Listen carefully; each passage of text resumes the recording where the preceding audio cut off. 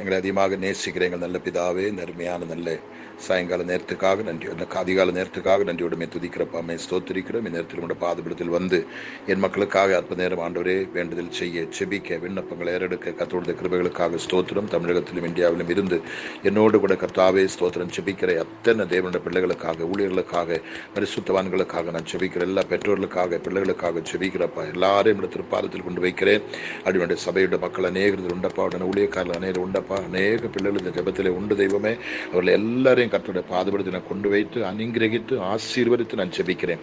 ஒருவருக்கு ஒரு கேடோ கெடுதியோ துன்பமோ வரக்கூடாதப்பா. இதுவரையிலும் நீர் எல்லாரையும் பாதுகாத்தீங்கப்பா. எங்கேன்னு ஒரு பேட் நியூஸ் வராதபடி இரத்த கோட்டைக்குள்ள எல்லாரும் நீர் மறைத்ததுக்காக ஸ்தோத்திரம், பாதுகாத்ததுக்காக ஸ்தோத்திரம், வழிநடத்தி வந்த விதங்களுக்காக ஸ்தோத்திரம், இன்னும் எங்களை நடத்த போற விதங்களுக்காக நன்றியோடுமே துதிக்கிறோம், ஸ்தோத்திரிக்கிறோம். ஜெபத்திரிக்கிற அனைவரையும் கிறிஸ்து இயேசு நாமத்தை நான் வாழ்த்துகிறேன், வரவேற்கிறேன். எல்லாரும் மேல கர்த்தருடைய சந்தோஷம், சமாதானம் இறங்கி வந்து என் பிள்ளைகளை பலப்படுத்தி அனுகிரகித்து ஆசீர்வதிக்கும்படி நான் செபிக்கிறோம். கருத்தில் ஒப்பு கொடுக்கிறேன். இயேசு கிறிஸ்துவின் நாமத்தில் செபங்களும் நல்ல பிதாவே, ஆமென், ஆமென், ஆமென். ஆண்டோடைய பரிசுத்தமுடைய நாமம் மகிமைப்படுவதாக. இன்றைக்கு என்னோட ஜெபத்திரிக்கிற அனைவருக்கும் கிறிஸ்து இயேசுவின் நாமத்தினுடைய வாழ்த்தில தெரியப்படுத்துகிறேன். கர்த்தர் அனைவரை ஆசீர்வதிப்பாராக. இன்றைக்கு நம்முடைய ஜெபம் ஆரம்பித்து 1211 நாளுக்குள்ளே பிரவேசிக்க தேவன் நமக்கு கிருபை செய்திருக்கிறார். கர்த்தர் இந்த மட்டும் நடத்தினார், இனிமேலும் தெய்வம் நம்மை நடத்துவாராக. நேற்று தினத்திலே நாம் ரோமர் நிருபம் 8ஆம் அதிகாரத்தினுடைய 26வது வசனத்தை தியானிக்க கர்த்தர் நமக்கு கிருபை செய்தார். இன்றைக்கு அந்த 27ஆம் வசனம் சொல்லுது பாருங்களேன்.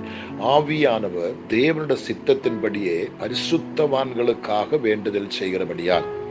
ஆவியானவர் எல்லாருக்கும் வேண்டுதல் செய்ய மாட்டார். பார்த்தீங்களா? தேவனுடைய பிள்ளைகள் இரத்தத்தாலே மீட்கப்பட்டு கழுகப்பட்டு அவருக்கென்றி பரிசுத்தமாய் வாழுகிறவங்க, அதான் பரிசுத்தவான்கள் சொல்ற. பார்த்தீங்களா? எல்லா கிறிஸ்தவங்களுக்கும் கிடையாது, எல்லா பிலீவருக்கும் கிடையாது, எல்லா பாஸ்டர்ஸுக்கும் கிடையாது. பரிசுத்தமாய் யார் வாழ்கிறேனோ அவங்களுக்காக தான் பரிசுத்த ஆவியான வேண்டுதல் செய்வாங்க. அதாங்க சொல்ற பாருங்க. ஆவியானவர் தேவனுடைய சித்தத்தின்படியே பரிசுத்தவான்களுக்காக வேண்டுதல் செய்கிறபடியால் இருதயங்களை ஆராய்ந்து பார்க்கிறவர். கர்த்தருக்கு ஸ்தோத்திரம். அப்போ நம்ம ஜெபித்தாலும் பரிசுத்தாவி நமக்காக பெருமூச்சு விட்டு வேண்டுதல் செய்தாலும் பரலோகத்திருக்கிற தேவன் உடனே வாரி கொடுக்க மாட்டாங்க. நம்முடைய ஹிருதயத்தை கர்த்தர் சோதித்து பார்க்கிறாங்க. நாம் இதுக்கு ஆயத்தமா இருக்கிறாரா? இந்த ஜெபத்துக்கு பதில் வாங்க, இந்த விண்ணப்பத்துக்கு பதில் வாங்க நம்ம தகுதி உள்ளவங்களா என்பதை அங்க பாருங்க. இருதயங்களே ஆராய்ந்து பார்க்கிறவர் ஆவியின் சிந்தை இன்னதென்று அறிவார். கர்த்தருக்கு ஸ்தோத்திரம். அப்போ லேசான முறையில் ஓடி பாப்பா எனக்கு இது தாங்க, எனக்கு இது கொடுங்க சொல்லி அப்படி நம்ம யாரும் வாங்கிறது ஆண்டவர் ஏமாளி கிடையாது. அவர் அப்படி ஏமாந்து போக மாட்டாங்க. அதனாலதான் அநேகோட வாழ்க்கை நீங்க பாருங்க, சில காரியங்களுக்காக ஜெபிக்கிறாங்க, ஏன் பதில் வரல, ஏன் பதில் வரல. நம்ம யாரையும் குறை சொல்லக்கூடாது, யாரையும் குறை சொல்லக்கூடாது. நம்ம சிலர் என்ன பண்ண, நம்ம போற சபை சரியில்லை, பாஸ்டர் ஜெபிக்கிறது இல்லை, அல்ல எனக்காக யாரும் நமக்காக யாருமே ஜெபிக்க வேண்டாம். எந்த பாஸ்டரும் நமக்காக ஜெபிக்க வேண்டாம். நமக்காக பெருமூச்சுடன் வேண்டுதல் செய்து ஆவியானவர் இருக்கிறார். அவர் தான் கிளியரா ஜெபிப்பாங்க. அவர் எந்த பிரதிபலம் நம்ம கிட்ட இருந்து எதிர்பார்க்கறது, ஒரு காணிக்கையோ அல்ல எந்த ஒரு பணமோ பொருளோ ஒன்றும் ஆவியானவர் எதிர்பார்க்கறது இல்லை. ஆவியானவர் உங்க பக்கத்துல உட்கார்ந்து பெருமூச்சுடன் உங்களுக்காக வேண்டுதல் செய்யறாங்க. யாருக்காக? பரிசுத்தவான்களுக்காக.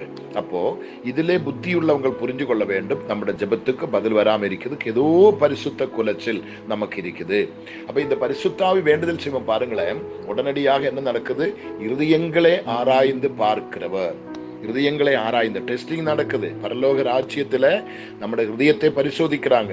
ஹிருதயத்தில் சுத்தம் உள்ளவன் பாக்கியவான், அவன் தேவனை தரிசிக்கும் சொன்ன. பார்த்தீங்களா? அகத்தின் அழகு முகத்தில் தெரியும். அப்படியானால் தேவனுடைய பிள்ளைகளுக்குள்ள யார் மேலும் கசப்போ வைராக்கியமோ மேற்றுமையோ அகந்தையோ பெருமையோ அகங்காரமோ எதுவுமே இருக்காது. ஈகோ இருக்காது, ஈகோ இருக்காது. கர்த்தருக்கு ஸ்தோத்திரம். பெருமை இருக்காது, பொய் சொல்ல மாட்டாங்க, பாவம் செய்ய மாட்டாங்க. ஆண்டவருக்காக வைராக்கியம் கொண்டு சவாலா நிற்கக்கூடியதுதான் இந்த பரிசுத்தவான்கள் என்று சொல்லப்படுகிற பிள்ளைகள். அவர்களுக்காக தான் இந்த ஆவியானவர் பெருமூச்சுடன் வேண்டுதல் செய்யறாங்க. நல்லா புரிஞ்சுக்கணும். அப்படியும் வேண்டுதல், இவங்க பரிசுத்தவான்கள், ஆவியானவர் வேண்டுதல் செய்கிறார். உடனே இதை பிடிச்சுக்கோ சொல்லி நமக்கு பதில் தர மாட்டேன். அங்க என்ன நடக்குது? கர்த்தருக்கு ஸ்தோத்திரம். ஆமென். சொல்லுகிறார்கள் பாருங்க. இருதயங்களை ஆராய்ந்து பார்க்கிறவர் ஆவியின் சிந்தை இன்னதென்று அறிவார். அப்ப என்னோட சிந்தையில் என்ன இருக்குது, என்னோட மைண்ட்ல என்ன நான் வச்சிருக்கிறேன், எந்த நினைவோட நான் செபிக்கிறேன், எப்படி நான் செபிக்கிறேன், இதெல்லாம் பரலோகம் ஆராய்ந்து பார்ப்பாங்க. இதை கொடுத்தா எப்படி இருக்கும், இது கொடுக்காவிட்டா எப்படி இருக்கும், அப்படி எல்லாம் கர்த்தர் பார்ப்பாங்க. அநேகர் விடுதலுக்காக, மிராக்களுக்காக, அதிசயத்துக்காக தேடி வராங்க. அது கிடைச்ச பிற்பாடு நன்றி ஒரு வாக்கு கொண்டு சொல்லாம அப்படியே போயிடுவாங்க. எத்தனையோ பேர்கள், எண்ணிக்கை கடங்காத மக்கள் இன்னைக்கு தேவனுக்கு முன்பாக நன்றி கெட்டத்தனமான வாழ்க்கை வாழ்ந்துட்டு இருக்கிறாங்க. நன்றி கட்டத்தனமான வாழ்க்கை அது பயங்கரமான பாவம். கர்த்தருக்கு ஸ்தோத்திரம். ஆண்டவருக்குள்ள நம்ம உண்மையுள்ள பிள்ளைகளா இருக்கணும், உண்மையுள்ள பிள்ளைகளா இருக்கணும். அங்கதான் இயேசுப்பா நமக்கு அற்புதம் செய்வாங்க. நான் வியாதிப்படுக்க விட்டு எழும்பும்போது பெரிய கல்யாணம் நடத்துற மாதிரி நான் விருந்து நடத்துவேன். என்னுடைய இந்த பிரேயர் கேட்கறது எங்க சபை மக்கள் கேட்கறாங்க. நிறைய எனக்காக தெரிஞ்சவங்க இருக்கிற, நிறைய ஊழியக்காரங்க இருக்கிற, ஸ்தாபனத்தில் இருக்கிற எல்லாருக்கும் என்ன தெரியும். இது மறவா இதுவும் பேசக்கூடிய காரியம் கிடையாது. என்னோட படுக்க விட்டு எழும்பும்போ அப்ப காசு கூட கையில் இருக்காது. ஒரு கல்யாணம் நடத்துறது போல நான் பெரிய டின்னர் நடத்துவேன். காரணம் எனக்கு 5 பைசா செலவில்லாம இயேசுப்பா எனக்கு சுகம் கொடுக்குறாங்க. ஒரு மருந்து எடுக்காம, மாத்திரை எடுக்காம இயேசுப்பா எனக்கு சுகம் கொடுக்குறாங்க. இன்றைக்கு எனக்கு 69 வயசு முடிந்து 70வது வயசுக்குள்ள இன்னைக்கு நான் கால் எடுத்து வைக்கிறேன். இன்னைக்கு நான் எடுத்து வைக்கிறேன். கர்த்தருக்கு ஸ்தோத்திரம். அது பெரிய மிராக்கல், பெரிய அற்புதம். இன்னைக்கு நான் இந்த வருஷத்தை பார்க்கிறேன்னு சொன்னா எனக்கு பெரிய பெரிய அது எப்படி நன்றி சொல்லுது, எப்படி துதிக்குது, என்னத்தை ஆண்டு கொடுக்குற எனக்கு ஒன்றும் புரியல. அந்த அளவுக்கு என் தெய்வம் என்னை நடத்திட்டு வந்திருக்கிறாங்க. அப்போ ஒவ்வொரு படுக்க விட்டு நான் எழும்பும்போதும், வியாதி படுக்க விட்டு எழும்பும்போதும் எனக்காக ஜெபித்த என் சபை மக்கள், ஊழியக்காரங்க, எந்தெந்த சபையை வித்தியாசம் பார்க்க மாட்டேன். சென்னையிலும் சரி, இங்கேயும் சரி, 2 இடத்துல பயங்கரமான டின்னர் நான் போடுவேன். கர்த்தருக்கு ஸ்தோத்திரம். ஒரு கல்யாணம் எப்படி அதே மாதிரி பண்ணுவேன். பணங்கள் வாரி செலவழிப்பேன் நான். கர்த்தருக்கு ஸ்தோத்திரம். சிலர் அப்ப கேட்பாங்க, எதுக்கு ஒரு வியாதிக்கு சுகம் கிடைச்சதுக்கு இப்படி எல்லாம் பண்ணணும்? கட்டாயம் அது செய்யணும், நிச்சயமா செய்யணும். அப்படிதான் நம்ம எப்பொழுதுமே அந்த ஆண்டவருக்கு முன்பாக உண்மையா இருந்து பாருங்க, உண்மையா இருந்து பாருங்க. நான் அப்படி கண்டினியூ பண்ணி வந்ததுனால எத்தனையோ வியாதிப்பட்டு செத்த நான் இன்னைக்கு வருஷ கணக்கா வியாதி படுக்கையில் படுக்காம நான் உயிரோடு இருக்கிறேன். எத்தனையோ வருஷங்களாவது நான் வியாதிப்பட்டு படுத்து பலகீனங்கள் இருக்குது, பல சோர்வுகள் இருக்குது. அலைச்சல் நிமித்தமாக, கண்விழிப்பு நிமித்தமாக, பிரயாணத்தின் நிமித்தமாக, ஊழியத்தின் நிமித்தமாக பலவீனங்கள் பாடியில் இருக்கு. அது வேற விஷயம். ஆனால் ஒரு நாளும் கூடி வியாதின்னு சொல்லி படுக்கையில் படுத்து வருஷ கணக்காவது, எத்தனையோ வருஷங்களாவது. கர்த்தருக்கு ஸ்தோத்திரம். ஏன்? கர்த்தருக்குள்ள நம்ம உண்மையா இருக்கணும். நம்ம கர்த்தருக்கு கொடுக்கிற, இன்னைக்கும் கர்த்தருக்கு கொடுக்கிற விஷயத்துல கணக்கே பாராமல் கொடுத்துட்டு வரும். உழைக்கிறதிலும் ஜீவனை பாராம, பலனை பாராம உழைக்கிறோம். ராத்திரி என்று பகலன்றி கடினமா உழைக்கிறோம், கடினமா உழைக்கிறோம், கடினமா ஓடுகிறோம், கடினமா எல்லாத்தையும் செய்யும்போது ஆண்டவர் நமக்காக அப்படியே எல்லாம் கொடுக்க வல்லவராயிருக்கிறார். நான் மறுபடியும் சொல்றது, நீங்க நல்லா புரிஞ்சுக்கணும், நல்லா புரிஞ்சுக்கணும். அநேகருக்கு ஒரு பெரிய குழப்பம் தான் இது. ஏன் என்ன ஜெபத்துக்கு பதில் வரல? ஏன் இத்தனை காலமா நாங்க ஜெபிக்கிறோமே, சபையில ஜெபிக்கிறாங்களே, பாஸ்டர் ஜெபிக்கிறாரு, எல்லா ஜெபத்தை அட்டன் பண்ண எனக்கு ஏன் பதில் வரல? மக்களே, பாஸ்டர் மறுபடியும் பதில் கொடுக்க முடியாது, பரிசுத்த ஆவியானவர் பதில் கொடுக்க முடியாது. பாஸ்டர் யாருமே உங்களுக்கு மேலே இருக்கிற பரமபிதா நம்முடைய இதயத்தை ஆராய்றாங்க. இதயங்களை ஆராய்ந்து பார்க்கிறவர் யார்? அவரு இதயத்தை ஆராய்ந்து பார்க்கிறவர் சர்வ வல்லமையுள்ள தேவாதி தேவன். அப்ப அந்த இதயம் அதுக்கு ஆயத்தமாயிருக்கிறாரா? இயேசு கிறிஸ்து இந்த உலகத்தில் ஒரு மனிதனாய் அவதரிப்பதற்காக ஒரு பாத்திரத்தை தேடி பார்க்கும் பொழுது அதுக்கு தகுதியுள்ள ஒரே ஒரு பெண்ணாய் இருந்தது அந்த மரியதான். அவள் கரையற்றவள், திரையற்றவள், புருஷனை அறியாதவள் சொல்லி பரலோகம் சாட்சி கொடுக்குது. வேற யாருக்கிட்டையும் குட் சர்டிபிகேட் வாங்கல, பரலோகம் கொடுத்த சர்டிபிகேட். யோபினை பொறுத்த வரைக்கும் ஆண்டவர் குட் சர்டிபிகேட் கொடுக்கிறார். யோபை போல ஒரு பரிசுத்தவான், நீதிமான் உலகத்தில் வேற ஒருத்தன் போல இல்ல. ஆபிரகாம், ஈசாக்கு, யாக்கோபு எல்லாம் இருந்து போனவங்க தானே. ஆனால் அந்த சர்டிபிகேட் அவங்களுக்கு இல்ல. யோபுக்கு தான் அந்த சர்டிபிகேட் கிடைத்தது. அப்படியானால் பரலோகத்தில் இருக்கிற தேவன் எதை பார்க்கிறார்? நல்ல கவனிக்கணும். இருதயத்தை ஆராய்ந்து பார்க்கிறார். அப்ப இருதயத்தை ஆராய்ந்து பார்க்கும்போது இந்த சகோதரன் அல்ல இந்த மகன், இந்த மகள் அல்ல இந்த பாஸ்டர், இந்த பிலீவர் அல்ல இந்த தகப்பன், இந்த தாய் இதுக்கு தகுதியுள்ளவங்களாய் இருக்கிறார் என்று காணும்போது கர்த்தர் விடுதலை கொடுப்பார். அந்த ஸ்பாட்டிலே விடுதலை உண்டாகும். அல்லாத பட்சத்தில் உங்களுக்கு விடுதலை வராது. யார் மேல அது ஒரு சின்ன கசப்பு இருந்தாலே நம்ம இதயத்தை தான் கர்த்தர் பார்க்கிறாங்க. நம்ம வெளியரங்கமா நல்ல சந்தோஷமா பேசலாம், ஆனந்தமா பேசலாம், சிரிக்கலாம், எல்லாட்டையும் இவரு மாதிரி நல்லவர் யாரும் இல்லை நம்ம நடிக்கலாம். அது வேற, அது வேற. ஆனா கர்த்தருடைய காரியங்களை பாருங்க, எவ்வளவு துல்லியமா இருக்கிற பாருங்க ஆண்டவர். ஆனபடி இன்னைக்கு இந்த வசனத்தை நீங்கள் தியானித்து பார்க்கும் பொழுது நீங்க தாமே உட்கார்ந்துட்டு வேதனை உண்டாக்குற வழிகள் ஏதாவது உங்களுக்கு உண்டா என்பதை அலசி பாருங்க. ஆண்டவர் நம்முடைய ஜெபத்தை கேட்டு பதில் கேட்கிறாங்க, ஆனா பதில் வரல. அதுக்கு காரணம் நான் தான், என்னோட மிஸ்டேக் தான், என்னோட பலவீனம் தான், என்னோட குறைகள் தான், என்னுடைய பாவம் தான், என்னுடைய அவிசுவாசம் தான். நான் அது கேட்ட பாத்திரமா இல்லை. என்ற ஹிருதயத்தை ஒரு சோதித்து பார்க்கும் பொழுது, ஆராய்ந்து பார்க்கும் பொழுது வேதனை இருக்குது, கஷ்டம் இருக்குது, நான் இது வாங்கக்கூடிய பாத்திரவான் அல்ல என்ற அந்த சிந்தைக்குள்ள நீங்க கடந்து வருவதாம் ஆண்டவர் உங்களுக்கு அற்புதம் செய்வாராக. நிச்சயமா கர்த்தர் யாருக்குமே கடன்காரன் கிடையாதுங்க. அவர் சொன்ன கேளுங்கள் அப்பொழுது கொடுக்கப்படும் சொன்னாங்க. யாருக்கு கொடுப்பாங்க? பிள்ளைகள் எங்கில் நம்ம அதுக்கு அவகாசிகள். நம்ம பிள்ளையா இருந்தால் நிச்சயமாகவே வியாதியின் சௌக்கியம் பிள்ளையின் அப்பம். ஓகேயா? அப்ப பிள்ளைகளுக்குரியது அது நாய்க்குட்டிகளுக்கு கொடுக்க மாட்டேன். பாத்தீங்களா எவ்வளவு தெளிவா இயேசு பேசுறது தெரியுமா? அது நாய்க்குட்டிகளுக்கு கொடுக்க மாட்டேன், இது பிள்ளைகளுடைய அப்பம். எவ்வளவு தெளிவா இருக்கு பாருங்களேன். அப்படியானால் நான் கொடுக்கிற தண்ணீர் குடிக்கிறவனுக்கு ஒரு காலமும் தாகம் வராது. உங்களோட தாகத்தை தீர்க்கிறவர், உங்களோட பசியை போக்குறவர், உங்களோட தேவைகளை சந்திக்கிறவர், ஏறக்காலமாக ஜெபித்து பதில் வராமல் இருக்கிற விஷயத்துக்கு பதில் கொடுக்கிறவர், உங்களை கௌரவிக்கிறவர், தலை குனிய வைக்காத தலை நிமிர்க்க வைக்கிறவர் இந்த ஆவியானவர். ஜெபிக்கிற அந்த ஜெபத்தை கேட்டு பரமபிதா ஆராய்ச்சி செய்து உங்களுடைய ஹிருதயங்களை ஆராய்ந்து பார்த்து அது ஓகேன்னு பார்க்கணும். ஓகேன்னு கண்ட பிற்பாடுதான் நமக்கு பதில் வரும். இப்ப உங்களுக்கு புரிஞ்சிருக்கும்னு நினைக்கிறேன். இதை கேட்கும் நீங்க என்ன செய்ய தெரியுமா? நீங்க உடனே உட்கார்ந்துட்டு உங்களை அலசி பார்க்கணும். ஓ, இதான் எனக்கு பதில் வராம இருக்க காரணம், இதான் நான் காரியம் சொல்லி நம்மளே நம்ம பார்க்க கூடாது. நம்ம உட்கார்ந்து நம்மளே அலசி பார்க்கணும். அலசி பார்த்து அப்பாவுக்கு சலண்டர் ஆனா அந்த ஸ்பாட்டிலே உங்களுக்கு பதில். என்ன மலை போன்ற பிரச்சனை இருக்கட்டுமே அந்த ஸ்பாட்டில் உங்களுக்கு பதில். நம்ம ஜெபம் பண்ணலாமா? பரிசுத்தமில்லை நல்ல கர்த்தாவே, இந்த அருமையான நல்ல இந்த அதிகால நேரத்துக்காக ஸ்தோத்திரம். இருட்டோடு பாதத்தில் வந்து என் மக்களுக்காக ஜெபிக்க, என் மக்களுக்காக துதிக்க, அவங்களுக்கு நல்ல ஆலோசனை கொடுக்க, அவனுடைய உள்ளத்தில் நல்ல தெளிவை உண்டாக்க கர்த்தருடைய கிருபை தந்ததுக்காக ஸ்தோத்திரம். அநேகோட மைண்டில் குழப்பம் தாப்பா. எல்லா ஜெபத்தை நான் கேட்கிறேன், எல்லா ஜெபத்தை நான் அட்டெண்ட் பண்றேன். இந்த ஜெபமும் ஆமீன் 1211 நாள் நான் இப்ப பார்க்கிறேன். எல்லா நாளும் நான் தவறாம செய்றேன். அநேகருக்கு நான் ஷேர் பண்றேன். பாஸ்டருக்காக நான் ஜெபிக்கிறேன். எல்லாம் நான் செய்யறேன். எங்க சபைக்கு நான் போறேன். நல்ல சத்தியத்தை கேட்கிறேன். தசமபாகம் கொடுக்கிறேன். காணிக்கை கொடுக்கிறேன். எல்லாத்துல நான் குட் சர்டிபிகேட் இருக்கு நம்ம நினைக்கிறோம். ஆனால் ஆண்டவர் அதெல்லாம் பார்க்க மாட்டேன். உன்னுடைய இதயத்தை பார்க்கிறார். இதயத்தை பார்க்கிறார். இதயத்தில் சுத்தம் இருக்குதா? அப்படியானால் இன்றைக்கு ஆண்டவரே என்னை சுத்திகரியும், என்னை கழுகும் என்று சொல்லி முழங்கால் படியிட்டு 2 கரங்களை பரத்துக்கு உயர்த்தி அப்படி ஒரு பைத்தியக்காரி மாதிரி கொஞ்சம் அழுது பாருங்களேன். அந்த இடத்துல ஏசப்பா இறங்கி வருவார். நிச்சயமா இறங்கி வருவார். உங்களுடைய ஹிருதயத்தை ஆராய்ந்து பார்த்து என் பிள்ளை தகுதி, என் பிள்ளை இதுக்கு பாத்திரம் என்று கண்டு ஏசப்பா அற்புதம் நிச்சயமா செய்வார். அங்கதான் தெய்வம். அந்த பாடையிலே சுமந்துட்டு வர பாத்தீங்களா? அவனோட விசுவாசத்தை கண்டல்ல, அவனை சுமந்து கொண்டோட விசுவாசத்தை இயேசு கண்டார்.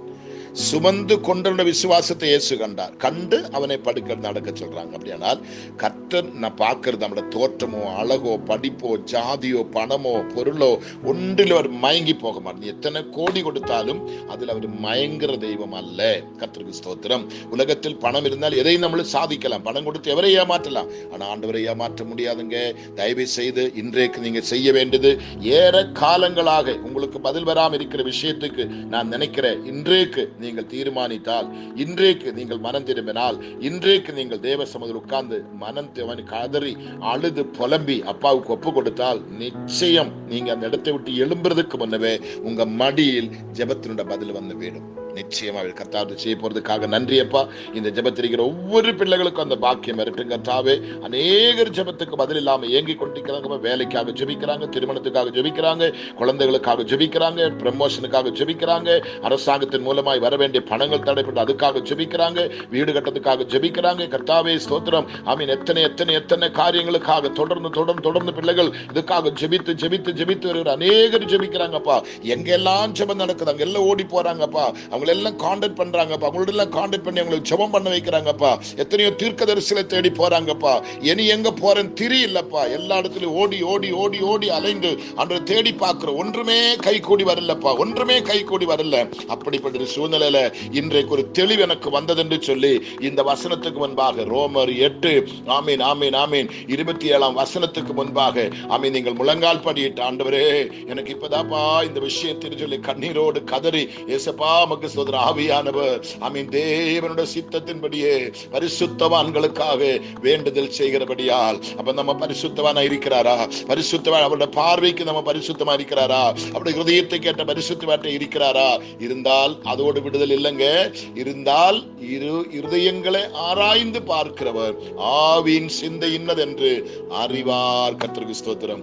அறிந்து நமக்கு பதில் தருவாராக. இயேசுப்பா இந்த அநேகருடைய வாழ்க்கையில் ஒரு பெரிய மாற்றம், ஒரு திருப்பமனை கர்த்தர் கொண்டு வர போறதுக்காக நன்றி. இதை கேட்டுக்கொண்டிருக்கும்போதே என் பிள்ளைகள் மனசு உடைந்து கண் கலங்கி அப்பாவோட பாதத்தின சலண்டராய், ஐயோ இது என்னோட குறைதான், என்னோட மிஸ்டேக் தான், என்னுடைய அவிசுவாசம் தான், என்னோட விசுவாச குறைதான், நான் தகாத வார்த்தைகளை பேசுற, அநேகர் மேல் பழி வாங்குற, அநேகருக்கு நான் விரோதமா பேசுறேன், சபைக்கு நான் கலகம் பண்ற, அநேக காரியத்தை நான் தப்பு பண்ற, என் கணவனை மதிக்கிறது இல்லை, என் மனைவியை நான் மதிக்கிறது இல்லை, எங்க அப்பா அம்மா மதிக்கிறது இல்லை, என் மாமனார் மாமியாரை நான் மதிக்கிறது இல்லை, சகோதரங்களை மதிக்கிறது இல்லை, எத்தனையோ பிரச்சனை என் வாழ்க்கையில் உண்டப்பா.